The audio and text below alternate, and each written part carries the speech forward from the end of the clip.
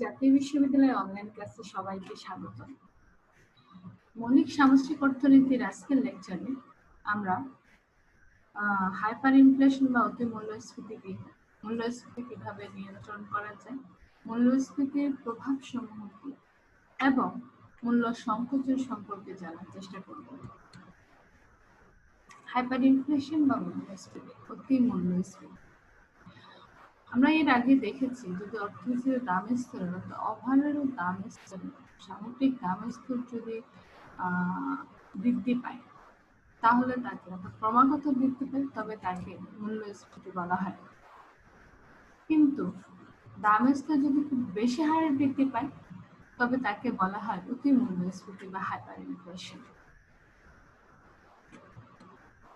Hyper inflation হচ্ছে এমন একটি পিরিয়ড বা এমন একটি সময়কে বোঝানো হয় যে সময়ে অর্থনীতিতে ওভারঅল দামের স্তর খুব বেশি হারে বৃদ্ধি পায়। অতি মূল্যস্ফীতি এমন একটি অবস্থা যে অবস্থায় অর্থনীতিতে দামের স্তর বৃদ্ধিকর উচ্চ স্তরে থাকে এবং অর্থনীতিতে দামের স্তর এমন দ্রুত গতিতে বৃদ্ধি পেতে থাকে যা নিয়ন্ত্রণের বাইরে চলে যায় এবং পরিমাপ করা কঠিন হয়ে পড়ে। সাধারণভাবে বলা হয়, এ ধরনের মূল্যস্ফীতির ক্ষেত্রে প্রতি মাসে 50% হারে দামের স্তরের বৃদ্ধি ঘটে, অর্থাৎ দিনে 1%-এর চেয়ে বেশি। এ ধরনের মূল্যস্ফীতিকে অনেক মাসের ভিত্তিতে চক্রবৃদ্ধিকরণ করা হয়, তাহলে দেখা যাবে দামের স্তর বৃদ্ধির হার বা মূল্যস্ফীতির হার অত্যন্ত ব্যাপক। বলা হয়ে থাকে 4 ডিজিট। প্রতি মাসে 50% মূল্যস্ফীতির হার বার্ষিক 100 গুণ দামের স্তর বৃদ্ধি করে এবং 3 বছরের বেশি সময়ে প্রায় 2 মিলিয়ন গুণ বৃদ্ধি করে। মূল্যস্ফীতি সাধারণত হাইপার ইনফ্লেশন বা অতি মূল্যস্ফীতি অর্থনীতিতে খুব একটা দেখা যায় না, তবে জিম্বাবুয়ে, লাতিন আমেরিকার কিছু দেশ বা ইউরোপের কিছু দেশে হাইপার ইনফ্লেশন দেখা গিয়েছিল। এই হাইপার ইনফ্লেশন গুলো পর্যবেক্ষণ করে হাইপার ইনফ্লেশনের দুটি গুরুত্বপূর্ণ বৈশিষ্ট্য দেখা যায়, যেখানে হচ্ছে প্রথমটা হচ্ছে the real money stock falls drastically, অর্থাৎ প্রকৃত অর্থের মজুদ মারাত্মকভাবে হ্রাস পায়।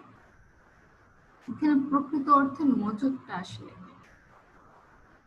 যদি নমিনাল যে পরিমাণ অর্থের মজুদ, যেটাকে আমরা নমিনাল আর্থিক মজুদকে দামের স্তর দ্বারা ভাগ করা হয়, তাহলে প্রকৃত অর্থের মজুদ পাওয়া যায়। নমিনাল অর্থের মজুদ স্থির অবস্থায় যদি অর্থনীতির দামের স্তর খুব বেশি হারে বৃদ্ধি পায় তাহলে প্রকৃত অর্থের মজুদ মারাত্মকভাবে হ্রাস পাবে। সুতরাং যখন অর্থনীতিতে অতি মূল্যস্ফীতি দেখা দেয় তাহলে রিয়েল মানি স্টক হ্রাস করে। দ্বিতীয়ত হচ্ছে relative prices became highly unstable, অর্থাৎ আপেক্ষিক দাম উচ্চ মাত্রায় অস্থিতিশীল হয়। হাইপার ইনফ্লেশনের বেশ কয়েকটি কারণ রয়েছে। সবচেয়ে উল্লেখযোগ্য কারণ হচ্ছে যদি অর্থনীতিতে অর্থের যোগান খুব বেশি হারে বৃদ্ধি পায়। অর্থের যোগান বাড়তে পারে যদি কেন্দ্রীয় ব্যাংক অর্থের পরিমাণ, কেন্দ্রীয় ব্যাংক যদি নতুন মুদ্রা ছাপায় কিংবা অর্থনীতিতে কেন্দ্রীয় ব্যাংক অর্থের যোগান বাড়ানোর জন্য যদি অন্য কোনো পলিসি গ্রহণ করে। সাধারণত অর্থনীতিতে সরকার যখন ঘাটতি বাজেট গ্রহণ করেন এবং এই ঘাটতি বাজেট অর্থায়নের জন্য যে কর থেকে আয় যদি কম হয়ে থাকে তখন সরকার ঋণ নেয়। এই ঋণ সরকার বিভিন্ন উৎস থেকে ঋণ নিয়ে থাকে। সরকার দেশের অভ্যন্তরে ব্যাংক সমূহ, কেন্দ্রীয় ব্যাংক থেকে ঋণ নিয়ে থাকেন, আবার দেশের বাইরে থেকেও ঋণ গ্রহণ করে থাকেন। সরকার যদি কেন্দ্রীয় ব্যাংক থেকে ঋণ নিতে চায় নতুন মুদ্রা ছাপানোর মাধ্যমে, তাহলে অর্থনীতিতে অর্থের যোগান খুব বেশি হারে বৃদ্ধি পাবে। এর ফলে দামের স্তরও বৃদ্ধি পাবে। হাইপার ইনফ্লেশন কিভাবে হয় সেটা আমরা একটা প্রসেস, অর্থাৎ হাইপার ইনফ্লেশনের প্রসেসটা আমরা দেখাতে পারি। অর্থনীতিতে যখন অর্থের যোগান বৃদ্ধি পায় তাহলে সামগ্রিক চাহিদা বেড়ে যায়। কারণ স্বাভাবিকভাবে মানুষের হাতে যখন নগদ অর্থের পরিমাণ বেশি থাকে, মানুষের দ্রব্য সেবা ক্রয়ের আগ্রহ বেশি থাকে, ফলে ভোগ ব্যয় বৃদ্ধি পায়। ভোগ ব্যয় সামগ্রিক চাহিদাকে বৃদ্ধি করে। যদি উৎপাদনের কোনো সামগ্রিক চাহিদা বৃদ্ধির ফলে যদি অর্থনীতিতে সামগ্রিক যোগানের কোনো পরিবর্তন না ঘটে তাহলে দামের স্তর বৃদ্ধি পাবে, কারণ উৎপাদন ফিক্সড। দামের স্তর বৃদ্ধি পেলে বৃদ্ধিপ্রাপ্ত দামে দ্রব্য সেবা ক্রয় করার জন্য অর্থনীতিতে অর্থের চাহিদা আরো বেশি বেড়ে যাবে। অর্থের চাহিদা বেড়ে গেলে কেন্দ্রীয় ব্যাংক আরো দ্রব্য নতুন মুদ্রা ছাপাবে অর্থনীতিতে, অর্থাৎ অর্থের যোগান বাড়িয়ে দিবে। যদি কেন্দ্রীয় ব্যাংক যদি বলা হয় যে অর্থনীতি যদি পূর্ণ নিয়োগ অবস্থা বিরাজ করে এবং কেন্দ্রীয় ব্যাংক যদি সুদের হারকে স্থির রাখার মাধ্যমে অর্থের যোগান বৃদ্ধি করে তাহলে অর্থনীতিতে নতুন বিনিয়োগ সৃষ্টি হবে না। কারণ আমরা জানি সুদের হারের সাথে বিনিয়োগের একটা বিপরীত সম্পর্ক রয়েছে। যদি সুদের হার বৃদ্ধি পায় তাহলে বিনিয়োগ হ্রাস পায়, আর সুদের হার হ্রাস পেলে বিনিয়োগ বৃদ্ধি পায়। কিন্তু যদি অর্থনীতিতে সুদের হার ফিক্সড থাকে তাহলে নতুন বিনিয়োগ হবে না, ফলে উৎপাদনও বৃদ্ধি পাবে না। এই অবস্থায় সুদের হার স্থির রেখে কেন্দ্রীয় ব্যাংক যদি অর্থের যোগান বাড়াইতেই থাকে, এই প্রক্রিয়াটা যদি চলতে থাকে তাহলে অর্থনীতিতে দামের স্তর খুব বেশি হারে বেড়ে যাবে, ফলে অর্থনীতিতে হাইপার ইনফ্লেশন দেখা দিবে। আমরা একটি চিত্রের সাহায্যে হাইপার ইনফ্লেশনের ব্যাখ্যা করতে পারি। চিত্রের ভূমি অক্ষে রিয়েল জিডিপি, যাকে আমরা ওয়াই দিয়ে দেখিয়েছি, লম্ব অক্ষে দামের স্তর দেখানো হয়েছে। মনে করি E1 বিন্দুতে অর্থনীতির প্রাথমিক ভারসাম্য রয়েছে, যেখানে সামগ্রিক চাহিদার পরিমাণ হচ্ছে AD1 এবং দামের স্তর হচ্ছে P1। এখন মনে করি সরকারি ব্যয় বাড়িয়ে দিল। সরকারি ব্যয় বাড়ালে যেহেতু সরকারি ব্যয় সামগ্রিক চাহিদা একটা গুরুত্বপূর্ণ উপাদান, সরকারি ব্যয় বৃদ্ধির ফলে অর্থনীতিতে সামগ্রিক চাহিদা বেড়ে যাবে এবং এর ফলে সামগ্রিক চাহিদার আকার ডানে স্থানান্তর করবে। এখানে আমরা ধরে নিয়েছি অর্থনীতিতে পূর্ণ নিয়োগ অবস্থা বিদ্যমান, তাই অর্থনীতিতে সামগ্রিক যোগান রেখা লম্ব অক্ষের সমান্তরাল থাকবে। লম্ব অক্ষের সমান্তরাল অংশে অর্থনীতি উৎপাদন করবে। এই অবস্থা, অর্থাৎ এখানে যেহেতু সামগ্রিক চাহিদার আকার ডানে স্থানান্তরিত হয়েছে সেহেতু অর্থনীতিতে E2 বিন্দুতে ভারসাম্য লাভ করে এবং E2 বিন্দুতে দাম বৃদ্ধি পেয়ে P1 থেকে P2 হলো, কিন্তু রিয়েল জিডিপির কোনো ধরনের পরিবর্তন হয়নি, কারণ এখানে যোগানের কোনো পরিবর্তন হয় না। এখন কেন্দ্রীয় ব্যাংক যদি এই অবস্থায় যে এই দাম স্তর বৃদ্ধি পাওয়ার কারণে অর্থনীতিতে অর্থের চাহিদা আরো বেড়ে যাবে এবং কেন্দ্রীয় ব্যাংক যদি সুদের হারকে অপরিবর্তিত রেখে অর্থের যোগান বাড়ায় তাহলে অর্থনীতিতে সামগ্রিক চাহিদা আরো বেড়ে যাবে, কোনো ধরনের বিনিয়োগ বৃদ্ধি বা উৎপাদন বৃদ্ধি ছাড়া। তো এক্ষেত্রে যেহেতু সুদের হার অপরিবর্তনীয়, আমি আগেই বলেছি, সেহেতু এখানে কোনো ধরনের বিনিয়োগ বা উৎপাদন বাড়বে না, ফলে সামগ্রিক চাহিদা রেখা আবার স্থানান্তরিত হবে ডান এবং আবার নতুন ভারসাম্য হবে E3 বিন্দুতে। E3 বিন্দুতে দাম স্তর আরো বৃদ্ধি পায়, P3 হলো। এই অবস্থা যদি ক্রমাগত ভাবে চলতে থাকে অর্থনীতিতে, এই দাম স্তর বৃদ্ধি পেতে থাকে, ফলে অর্থনীতিতে এক সময় হাইপার ইনফ্লেশন বা অতি মূল্যস্ফীতি দেখা দিতে পারে। এখন থেকে আমরা মূল্যস্ফীতির প্রভাব কি, অর্থাৎ অর্থনীতিকে মূল্যস্ফীতি কিভাবে প্রভাবিত করে। সাধারণত যদি পরিমিত মূল্যস্ফীতি যেমন 1%, 2% বা 3% এই ধরনের মূল্যস্ফীতি অর্থনীতির উপর তেমন কোনো ক্ষতিকর প্রভাব ফেলে না, বরং অর্থনীতির জন্য কখনো কখনো ইতিবাচক প্রভাবও ফেলতে পারে। কিন্তু যদি অর্থনীতিতে হাইপার ইনফ্লেশন দেখা দেয়, তাহলে তা অর্থনীতিতে বিরূপ প্রভাব ফেলবে, অর্থাৎ অর্থনীতিতে ক্ষতিকর প্রভাব ফেলবে। প্রথমে আমরা আসি, প্রথমে একটা বলছে রিডিস্ট্রিবিউটস ইনকাম, অর্থাৎ আয়ের পুনর্বন্টন ঘটে। কিভাবে? আমরা জানি যে শ্রমিকরা অর্থনীতিতে উৎপাদনকারীরা উৎপাদন কার্য পরিচালনার জন্য শ্রমিক নিয়োগ করে থাকে। শ্রমিকরা একটি নির্দিষ্ট মজুরিতে চুক্তিবদ্ধ হয়ে উৎপাদনকারী প্রতিষ্ঠানে নিয়োগ লাভ করে। অর্থাৎ এই যে চুক্তিবদ্ধ মজুরি, এই মজুরিটা কিন্তু চাইলে কিন্তু প্রতি মাসে মাসে চেঞ্জ করা যায় না।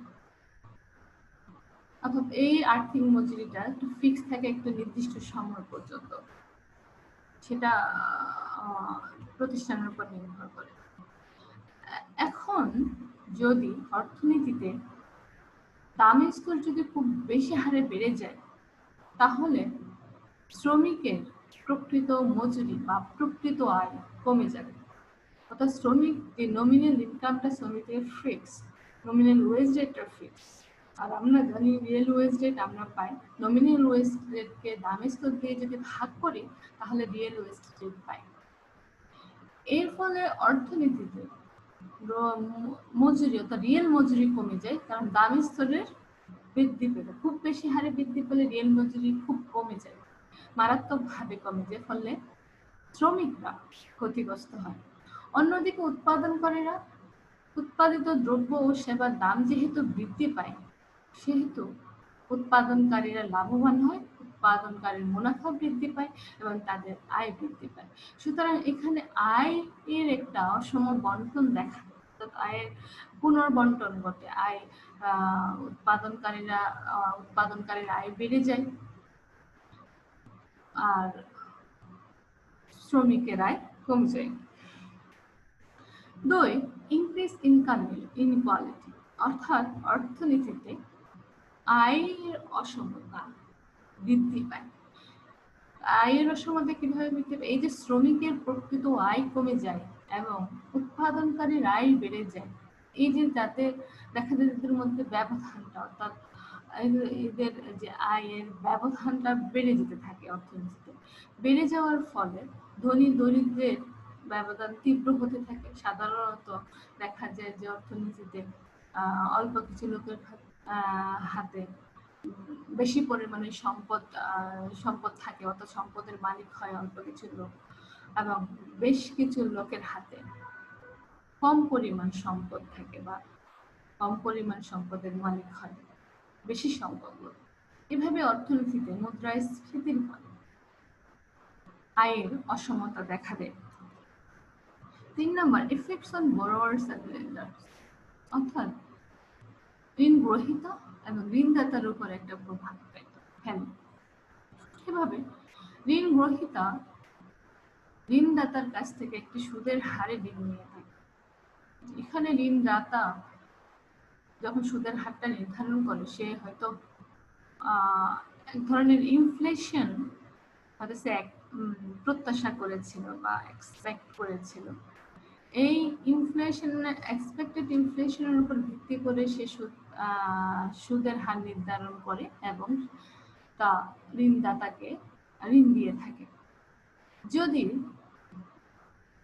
অর্থনীতিতে ইনফ্লেশন যদি তার প্রত্যাশিত ইনফ্লেশনের চেয়ে বেশি হয়, অর্থাৎ দামের স্তরের বৃদ্ধি যদি সে ঋণদাতা যে পরিমাণ প্রত্যাশা করেছিল তার চেয়ে বেশি হারে বৃদ্ধি ঘটে, তাহলে ঋণদাতা ক্ষতিগ্রস্ত হয়, কারণ সে যে রিটার্নটা পায়, ঋণ গ্রহীতা তাকে যে টাকাটা ফেরত দেয় তার প্রকৃত মূল্য কমে যায়, আর ওদিকে ঋণ গ্রহীতা লাভবান হয়। সুতরাং অর্থনীতিতে হাইপার ইনফ্লেশন দেখা দিলে ঋণ গ্রহীতা লাভবান হয়, ঋণদাতা ক্ষতিগ্রস্ত হয়। 4, decrease the value of money, অর্থের মূল্য হ্রাস পায়। স্বাভাবিকভাবে অর্থনীতিতে যখন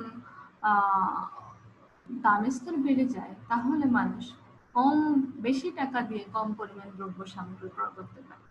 মনে করে একই দ্রব্যের দাম ছিল 20 টাকা, ওই দ্রব্যটি কেনার জন্য ভোক্তাকে খরচ করতে হতো 20 টাকা। এখন দ্রব্যটির দাম বৃদ্ধি পেয়ে যদি 30 টাকা হয়ে যায়, তাহলে ওই একই দ্রব্য কেনার জন্য এখন ভোক্তাকে 30 টাকা খরচ করতে হয়। অর্থাৎ এক্ষেত্রে অর্থের মূল্য কমে যায়। সুতরাং অর্থনীতিতে যদি হাইপার ইনফ্লেশন দেখা দেয়, তাহলে অর্থের মূল্য হ্রাস পায়। 4. ডিক্রিজ পারচেজিং পাওয়ার, ক্রয় ক্ষমতা হ্রাস পায়।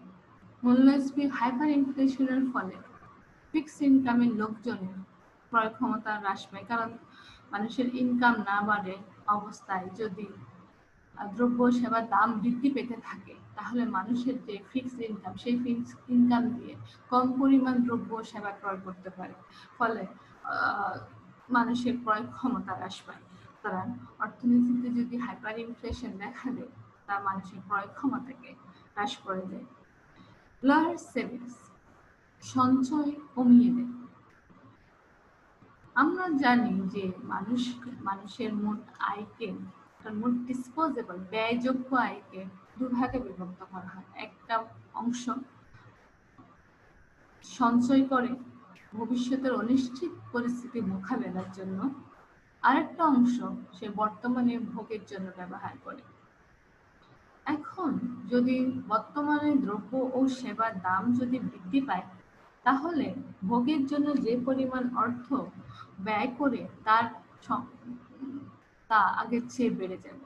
ফলে তার ইনকাম থেকে তার সঞ্চয়ের পরিমাণ কমে যাবে, কারণ ভোগ ব্যয় বেড়ে গেলে বাধ্যতামূলকভাবে সঞ্চয় কমিয়ে দিতে হয়। ফলে অর্থনীতিতে যদি দামি স্তরের বৃদ্ধি ঘটে, তাহলে সঞ্চয় হ্রাস পায়। সোশ্যাল আনরেস্ট, হাইপার ইনফ্লেশন ফলে অর্থনীতিতে সমাজে অস্থিরতা বিরাজ করে। কন্ট্রোল অফ ইনফ্লেশন, অর্থাৎ মূল্যস্ফীতি কিভাবে নিয়ন্ত্রণ করা যায়। সাধারণত মূল্যস্ফীতি সাধারণত আমরা জানি সামষ্টিক অর্থনীতিতে দুটি হাতিয়ার রয়েছে। একটা হচ্ছে রাজস্ব নীতি, যা সরকার গ্রহণ করে থাকে, আরেকটা হচ্ছে মুদ্রানীতি, যা কেন্দ্রীয় ব্যাংক গ্রহণ করে থাকে। অর্থনীতিতে যখন ইনফ্লেশন দেখা দেয়, তখন রাজস্ব নীতির অধীনে সরকার সংকোচনমূলক রাজস্ব নীতি গ্রহণ করে থাকে, অথবা কেন্দ্রীয় ব্যাংক সংকোচনমূলক মুদ্রানীতি গ্রহণ করে থাকে। সংকোচনমূলক রাজস্ব নীতিটা আসলে কি? সরকার যদি সামগ্রিক চাহিদা কমানোর জন্য, অর্থাৎ অর্থনীতিকে স্থিতিশীল রাখার জন্য সরকারি ব্যয় হ্রাস করে অথবা কর হার বৃদ্ধি করে, তবে তাকে সংকোচনমূলক রাজস্ব নীতি বলে। অর্থনীতিতে যখন ইনফ্লেশন দেখা দেয়, তখন সরকার সরকারি ব্যয় কমিয়ে দিতে পারে, অথবা কর হার বাড়িয়ে দিতে পারে, অথবা দুটি একই সাথে দিতে পারে। এর ফলে সামগ্রিক চাহিদা হ্রাস পায়। অর্থনীতিতে সামগ্রিক চাহিদা যদি হ্রাস পায়, উৎপাদিত দ্রব্য ও সেবার দাম হ্রাস পাবে। দাম হ্রাস পেলে ইনফ্লেশন নিয়ন্ত্রণে, ইনফ্লেশনও কমে যাবে। অর্থাৎ দামের স্তর হ্রাস পাওয়া মানে হচ্ছে ইনফ্লেশন কমে যাওয়া। আমরা চিত্রের সাহায্যে সংকোচনমূলক রাজস্ব নীতিটা একটু ব্যাখ্যা করতে পারি। চিত্রে ভূমি এঁকে রিয়েল জিডিপি, লম্ব ওকে দামের স্তর দেখানো হয়েছে। মনে করে অর্থনীতিতে প্রাথমিক সামগ্রিক চাহিদা রাখা হচ্ছে AD1, এবং যে প্রকৃত জিডিপি হচ্ছে Y1, যা পটেনশিয়াল জিডিপির চেয়ে বেশি। এখানে পটেনশিয়াল জিডিপিটা কি? আমরা দেখেছি যে যদি অর্থনীতিতে সমগ্র সম্পদ উৎপাদনের সব উপকরণকে পূর্ণ নিয়োগের অবস্থায় উন্নয়ন নিয়োগ করে অর্থাৎ দক্ষতার সাথে ব্যবহার করে যে পরিমাণ সম্ভাব্য জিডিপি অর্জন করা যায় তাকে কিন্তু সম্ভাব্য জিডিপি বা পটেনশিয়াল জিডিপি বলা হয়। সুতরাং পটেনশিয়াল জিডিপির ক্ষেত্রে অর্থনীতিতে পূর্ণ নিয়োগ অবস্থা বিরাজ করে বলে ধরে নেওয়া হয়, যেহেতু এখানে পটেনশিয়াল জিডিপি অর্থাৎ অর্থনীতিতে প্রকৃত জিডিপি কিন্তু পটেনশিয়াল জিডিপির চেয়ে বেশি আছে। দাম P1 অর্থাৎ অর্থনীতিতে মুদ্রাস্ফীতি রয়েছে। এই অবস্থায় সরকার যদি সংকোচনমূলক রাজস্ব নীতির অধীনে সরকারি ব্যয় হ্রাস করে, তাহলে সরকারি ব্যয় হ্রাস করলে তার সরাসরি সামগ্রিক চাহিদাকে কমিয়ে দেয়। কারণ আমরা সামগ্রিক চাহিদার উপাদানগুলোতে দেখেছি যে সামগ্রিক চাহিদার ক্ষেত্রে যে উপাদান সেগুলো হচ্ছে ভোগ ব্যয়, বিনিয়োগ ব্যয়, সরকারি ব্যয় এবং এক্সপোর্ট বা রপ্তানি। তো যদি সরকারি ব্যয় হ্রাস পায় তাহলে সামগ্রিক চাহিদাকে হ্রাস করে। সামগ্রিক চাহিদা হ্রাস পেলে সামগ্রিক চাহিদা রেখা বামে স্থানান্তরিত হয়ে AD1 থেকে AD2 তে যায়। এর ফলে অর্থনীতিতে রিয়েল জিডিপি পটেনশিয়াল জিডিপি সমান হয় এবং দাম স্তর P1 থেকে P2 তে হ্রাস পায়, অর্থাৎ অর্থনীতিতে মুদ্রাস্ফীতি কমে যায়। আমরা সেই কন্ট্রাকশনারি মনিটারি পলিসি বা সংকোচনমূলক মুদ্রানীতি। সংকোচনমূলক মুদ্রানীতি কি? মুদ্রানীতি সাধারণত যে কোনো দেশের আর্থিক কর্তৃপক্ষ অর্থাৎ কেন্দ্রীয় ব্যাংক গ্রহণ করে থাকে। কেন্দ্রীয় ব্যাংক দু ধরনের মুদ্রানীতি গ্রহণ করে থাকে। একটি হচ্ছে সম্প্রসারণমূলক মুদ্রানীতি, আরেকটি হচ্ছে সংকোচনমূলক মুদ্রানীতি।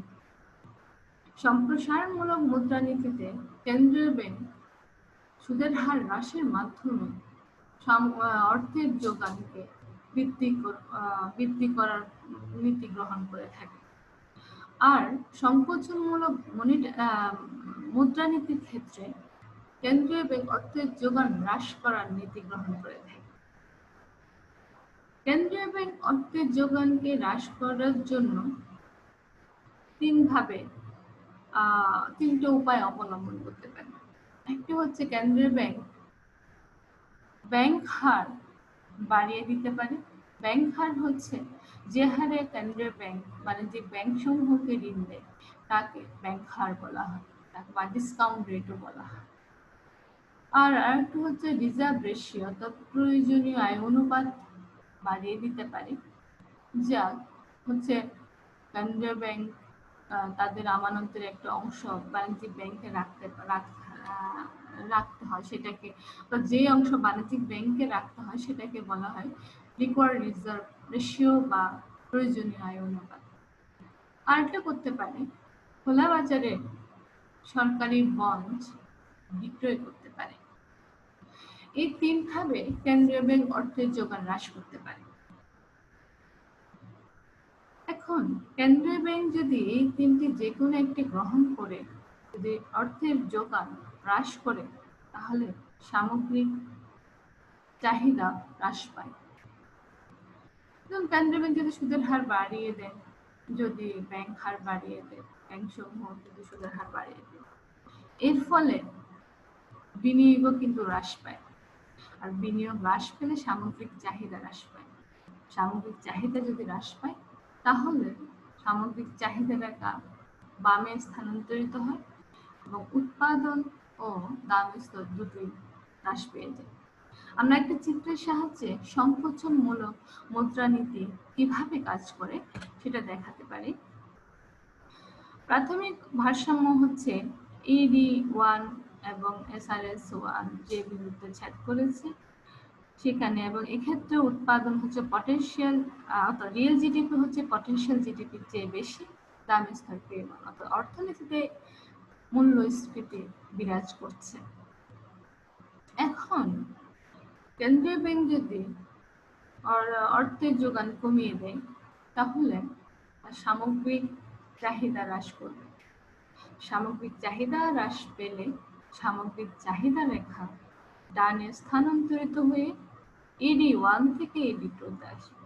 এর ফলে উৎপাদন পটেনশিয়াল অর্থাৎ সম্ভাব্য রিয়েল জিডিপির সমান হবে এবং দামের স্তর হ্রাস পাবে, মুদ্রাস্ফীতি কমে যাবে।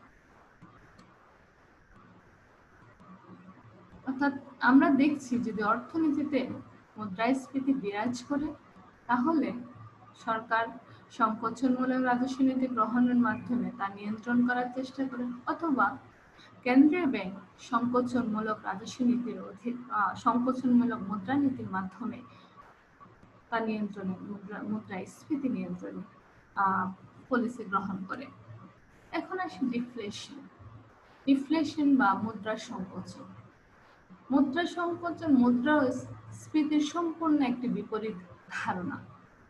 মুদ্রাস্ফীতিতে বলা হয় ওভারঅল দামের স্তর বৃদ্ধি, আর মুদ্রা সংকোচন হচ্ছে ওভারঅল দামের স্তর যদি ক্রমাগতভাবে হ্রাস পায় তাহলে অর্থনীতিতে মুদ্রা সংকোচন দেখা দেয়। মুদ্রা সংকোচনের কিছু কারণ রয়েছে। কারণগুলো হতে পারে যে যদি অর্থনীতিতে সামগ্রিক চাহিদা যদি হ্রাস পায় তাহলে দ্রব্য ও সেবার দামের স্তর হ্রাস পাবে, ফলে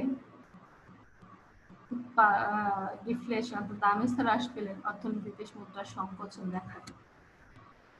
যদি অর্থনীতিতে উৎপাদনশীলতা বেড়ে যায়, উৎপাদনশীলতা বেড়ে গেলে অর্থনীতিতে দ্রব্য সেবার উৎপাদন বেড়ে যাবে, ফলে অর্থনীতিতে সামগ্রিক যোগান বেড়ে যাবে। সামগ্রিক যোগান বৃদ্ধি পেলে সামগ্রিক যোগান বেড়ে গেলে দাম হ্রাস পাবে, ফলে ডিফ্লেশন বা মুদ্রা সংকোচন দেখা দেবে। আর একটা হতে পারে টেকনোলজিক্যাল ইমপ্রুভমেন্ট। যদি অর্থনীতিতে প্রযুক্তিগত উন্নয়ন ঘটে, নতুন নতুন প্রযুক্তির আবির্ভাব ঘটে, তাহলে কিন্তু উৎপাদন খরচ হ্রাস পায় এবং উৎপাদনের পরিমাণ বৃদ্ধি পায়। এর ফলে অর্থনীতিতে দ্রব্য সেবার দামের স্তর হ্রাস পায়।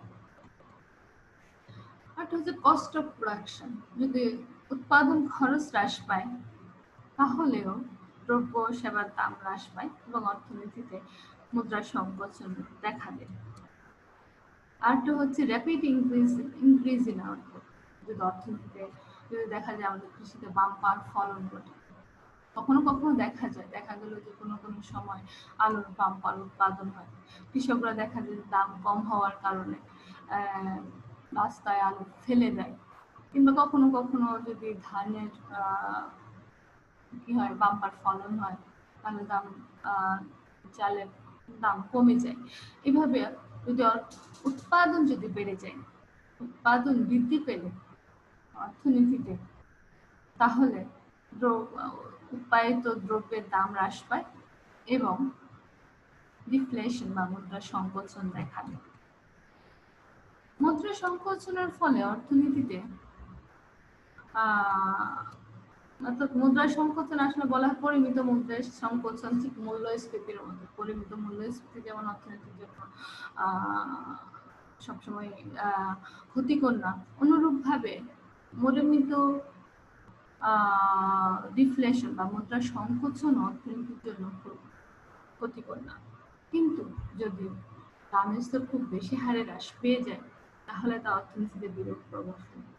প্রথমে আমরা দেখি যে রিডিস্ট্রিবিউশন ইনকাম। আমরা যখন বললাম যে মুদ্রাস্ফীতির সময় যে অর্থাৎ শ্রমিকরা ক্ষতিগ্রস্ত হয়, উৎপাদনকারী লাভবান হয়। এখন ডিফ্লেশনের ক্ষেত্রে ঠিক তার উল্টোটি ঘটে। এক্ষেত্রে শ্রমিক লাভবান হয়, যেহেতু দ্রব্য সেবার দামের স্তর কমে যাওয়া মানে প্রকৃত মজুরি বেড়ে যাওয়া, অর্থাৎ ইনকাম বেড়ে যাওয়া। এর ফলে শ্রমিকরা লাভবান হয়, আর উৎপাদনকারী উৎপাদিত দ্রব্য সেবার দাম হ্রাস পেলে স্বাভাবিকভাবে তাদের মুনাফা কমে যায় এবং তাদের আয় কমে যায়, ফলে উৎপাদনকারীরা ক্ষতিগ্রস্ত হয়। বরোয়ার্স এন্ড ল্যান্ডার্স এর ক্ষেত্রে ঠিক উল্টো ঘটনাটি ঘটে। সেটা কি? সেটা হচ্ছে এই ক্ষেত্রে ঋণদাতা লাভবান হয় এবং ঋণ গ্রহীতা ক্ষতিগ্রস্ত হয়। রিয়েল জিডিপি হ্রাস পায়। রিয়েল জিডিপি কিভাবে হ্রাস পায়? তো হচ্ছে যদি উৎপাদিত দ্রব্যের সেবা দাম বেড়ে যায় তাহলে রিয়েল জিডিপি দাম, উৎপাদিত দ্রব্য ও সেবার দাম যদি হ্রাস পায় তাহলে রিয়েল জিডিপি হ্রাস পায়। কারণ আমরা জানি জিডিপি হচ্ছে একটি নির্দিষ্ট সময়ে একটি অর্থনীতিতে উৎপাদিত চূড়ান্ত দ্রব্য ও সেবার বাজার মূল্য। যদি বাজার মূল্য সমষ্টি হচ্ছে জিডিপি, এখন যদি বাজার মূল্য যদি হ্রাস পায় তাহলে স্বাভাবিকভাবে রিয়েল জিডিপিও হ্রাস পাবে। ফলে মুদ্রা সংকোচনের ফলে রিয়েল জিডিপি হ্রাস পায়। ইনক্রিজ আনএমপ্লয়মেন্ট, বেকারত্ব বেড়ে যায়। কারণ উৎপাদিত দ্রব্য সেবার দাম যখন ক্রমাগতভাবে কমতে থাকে তাহলে উৎপাদনকারীরা উৎপাদনে নিরুৎসাহিত হয়, কারণ মুনাফা কমে যায়, ফলে উৎপাদন করে না, অর্থনীতিতে উৎপাদন কমে যায়। আর উৎপাদন কমানোর জন্য উৎপাদনকারীরা শ্রমিক ছাঁটাই করে, ফলে অর্থনীতিতে বেকারত্ব বেড়ে যায়। ডিক্রিজ প্রোডাকশন, যেহেতু উৎপাদনকারীরা নিরুৎসাহিত হয় উৎপাদনে, কারণ দ্রব্য সেবার দাম কমে যাওয়ার কারণে উৎপাদনও কমিয়ে দেয়, ফলে অর্থনীতির উৎপাদন হ্রাস পায়। কন্ট্রোল অফ ডিফ্লেশন, মুদ্রা সংকোচন কিভাবে কন্ট্রোল করা যায় বা নিয়ন্ত্রণ করা যায়? আমরা পূর্বে বলেছি যখন ইনফ্লেশন দেখা দেয় তখন সরকার সংকোচনমূলক রাজস্ব নীতি গ্রহণ করে, আর যখন ডিফ্লেশন দেখা দেয় সরকার ঠিক উল্টো নীতি গ্রহণ করে। সেটা কি? সেটা সম্প্রসারণমূলক রাজস্ব নীতি গ্রহণ করে। অনুরূপভাবে কেন্দ্রীয় ব্যাংক সম্প্রসারণমূলক মুদ্রানীতি গ্রহণ করে। অর্থাৎ অর্থনীতিতে যদি মুদ্রা সংকোচন দেখা দেয় তার মানে অর্থনীতিতে হয়তো মন্দাবস্থা সৃষ্টি হতে পারে মুদ্রা সংকোচনের ফলে। এই অবস্থায় অর্থনীতিকে পুনরুদ্ধার করার জন্য সরকার রাজস্ব নীতি, সম্প্রসারণমূলক রাজস্ব নীতি গ্রহণ করতে পারে, অথবা কেন্দ্রীয় ব্যাংক সম্প্রসারণমূলক মুদ্রানীতি গ্রহণ করতে পারে। সম্প্রসারণমূলক রাজস্ব নীতি তাহলে কিভাবে কাজ করে? যদি অর্থনীতিতে মনে করি সামগ্রিক চাহিদা, প্রাথমিক সামগ্রিক চাহিদাটা হচ্ছে ED0 এবং সামগ্রিক অর্থনীতি E1 বিন্দুতে ভারসাম্য লাভ করে। এখানে ভারসাম্য অবস্থায় প্রকৃত জিডিপি পটেনশিয়াল জিডিপি চেয়ে কম, আর দাম স্তর হচ্ছে P0। যেহেতু প্রকৃত জিডিপি পটেনশিয়াল জিডিপির চেয়ে কম, অর্থনীতিতে এই অবস্থায় ডিফ্লেশন বা মুদ্রাস্ফীতি দেখা দেয়, অর্থনীতিতে মন্দা দেখা দিতে পারে। এই মন্দা থেকে উত্তরণের জন্য সরকারের সম্প্রসারণমূলক রাজস্ব নীতির অধীনে সরকারি ব্যয় বাড়াতে পারে, অথবা কর হার হ্রাস করতে পারে, অথবা দুটোই নিতে পারে। এখন সরকার যদি সরকারি ব্যয় বৃদ্ধি করে তাহলে সামগ্রিক চাহিদা বেড়ে যাবে। সামগ্রিক চাহিদা বৃদ্ধি পেয়ে সামগ্রিক চাহিদা রেখা ED0 থেকে ED1 এ স্থানান্তরিত হবে, অর্থাৎ ডানে স্থানান্তরিত হবে। এর ফলে অর্থনীতিতে উৎপাদন পটেনশিয়াল উৎপাদনের সমান হবে, অর্থাৎ এটাকে আরেকটু বলতে পারে পূর্ণনিয়োগ স্তরের জিডিপি সমান হবে। আর দাম স্তর আগের চেয়ে বৃদ্ধি পেয়ে P0 থেকে P1 হবে, অর্থাৎ দাম স্তর বৃদ্ধি পেলে যে ডিফ্লেশনটা হ্রাস পাবে, অর্থনীতিতে নিয়োগ বৃদ্ধি পাবে। এখানে যে জিনিসটা হয় যখন ই থেকে এফ বিন্দুতে যখন আসে, যখন সামগ্রিক চাহিদা যখন বেড়ে যায় তখন উৎপাদনকারীরা আবার উৎপাদন করে, এবং দাম স্তরও যেহেতু বেড়ে যায় তখন শ্রমিক নিয়োগ দেয়, নতুন নতুন শ্রমিকের কর্মসংস্থান হয়, ফলে অর্থনীতিতে বেকারত্ব হ্রাস পায়। অর্থনীতির এফ বিন্দুতে পূর্ণনিয়োগ অবস্থায় উৎপাদন হয়। এবার আসে মনিটারি পলিসি, ঠিক একইভাবে কাজ করে। মনিটারি পলিসিতে কেন্দ্রীয় ব্যাংক অর্থ যোগানকে বাড়ানোর জন্য ব্যাংক হার কমাতে পারে, রিজার্ভ রেশিও কমাতে পারে, খোলা বাজারে সরকারি বন্ড বিক্রয় করতে পারে। না, ক্রয় করতে পারে। কারণ খোলা বাজারে যদি নন ক্রয় করে তাহলে অর্থনীতিতে নগদ অর্থের পরিমাণ বেড়ে যাবে বা অর্থের যোগান বেড়ে যাবে। এর ফলে মানুষের হাতে যদি বেশি পরিমাণে অর্থ থাকে তাহলে দ্রব্য সেবার চাহিদা বেড়ে যাবে, সামগ্রিক চাহিদাকে প্রভাবিত করবে এবং সামগ্রিক চাহিদা দানে স্থানান্তরিত হবে এবং উৎপাদন বৃদ্ধি পাবে, দাম স্তরও বৃদ্ধি পাবে।